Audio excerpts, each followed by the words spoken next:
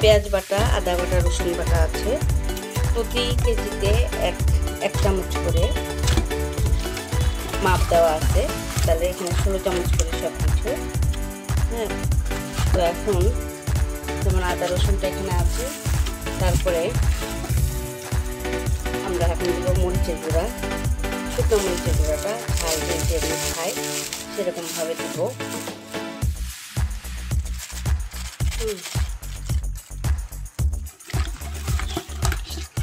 তারপর দেব কাশ্মীরি ও বারবিকিউ মশলাটা দেব। দাও,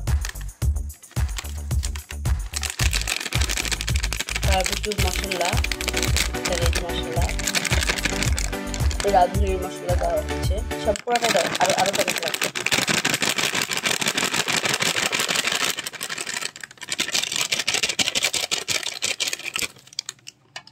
এখানে 2 প্যাকেট বারবিকিউ মশলা দেওয়া হচ্ছে, সাথে আবার আমাদের তৈরি মশলাও দিব। লেবুর রস দিয়েছি 2টা, লেবুর বড় বড় লেবুর। আর দিব কাশ্মীরি লঙ্কা, এটা হলো ইন্ডিয়া থেকে আনানো হয়েছে কাশ্মীরি লঙ্কাটা। এবার দিব দইটাকে ঘুটে রাখা হয়েছে, এখানে 1 কেজি দই আছে। এখানে ঢেলে দাও, বাস, আরো দাও। ঠিক আছে। এবার একটু দিব, এটা টক দই দিলাম। এবার দিব মিষ্টি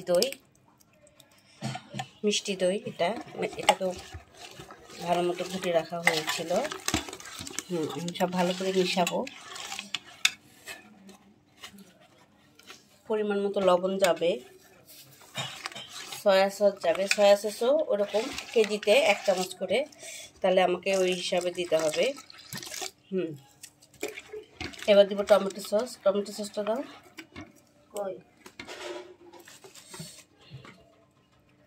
ধরো, হ্যাঁ দিয়ে দাও। টমেটো সসটাও এরকমভাবে ঢালতে থাকো। নতুন তো, আমার প্রায় এখানে মুখটা ভালো করে খাওয়াবে না, খুলছে।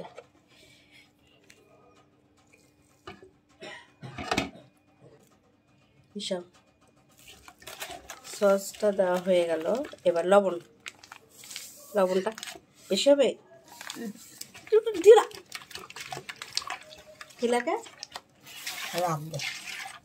লাগবে। আচ্ছা, আর দিব সরিষার তেল, মোটামুটি সব দেওয়া হয়েছে। এখন মাংসগুলো দিয়ে দিব। এবার মাংসগুলি দিয়ে দিব। মাংসগুলি যেন পানি না থাকে, ভালো মতো যে বড় একটা চালনিতে ঝরাইতে দিয়েছি ধুয়ে। আর এখন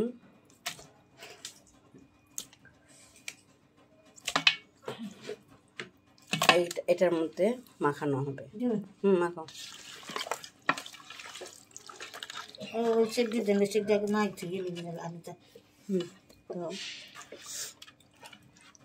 এখানে তো পানি নাই তো, আবার পানি আছে।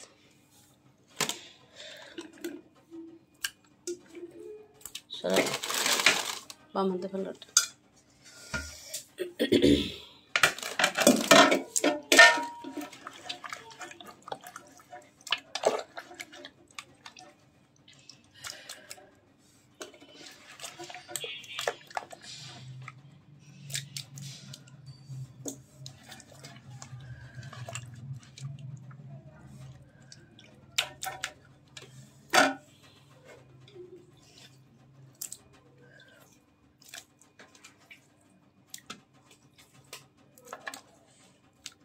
এগুলো একটু মাখাও আগে, তারপরে ওগুলো তো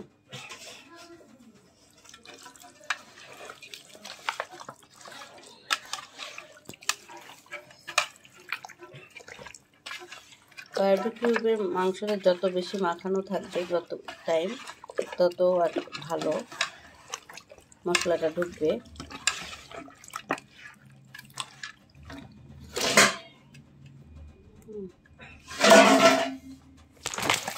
দুই তিনবার উল্টালে এত দিলে খালি হুদা বড়। এখন এটার মধ্যে সরিষার তেল দিয়ে দিলেই হবে।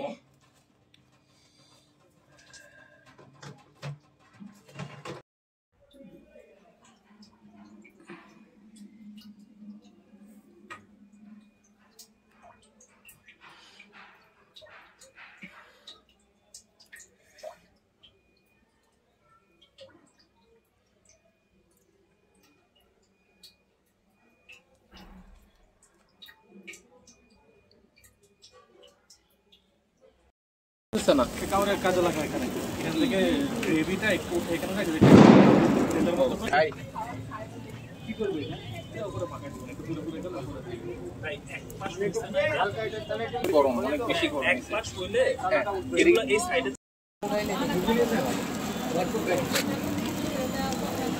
চলতে পারতেছি আলহামদুলিল্লাহ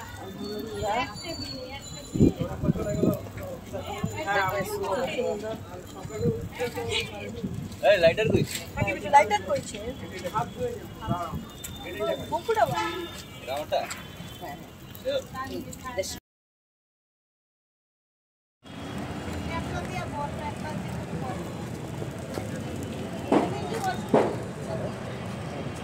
উল্টাই দাও সবগুলো উল্টাও